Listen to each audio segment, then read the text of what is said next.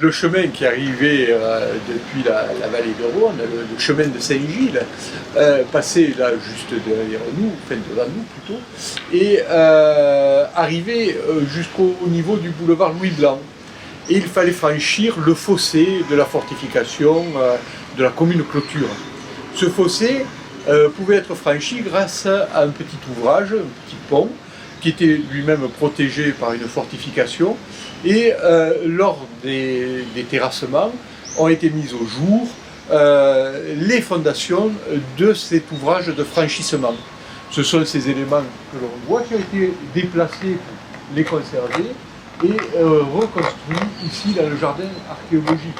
Ce n'est pas son emplacement d'origine, hein, c'était à une centaine de mètres d'ici, et on voit qu'il y avait un pont pour faire passer les charrettes, un pont un peu large, et puis un autre pont un peu plus loin qui était un pont piéton.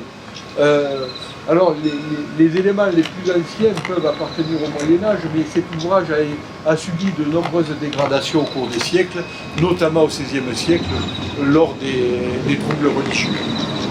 Une fois passé ce pont, on montait un peu en baïonnette, puisqu'on butait contre le rempart, on le longeait en tournant sur la gauche et on arrivait à la réelle porte du Pilat Saint-Gély, celle qui se trouvait au bas de l'actuelle rue du Pilat Saint-Gély.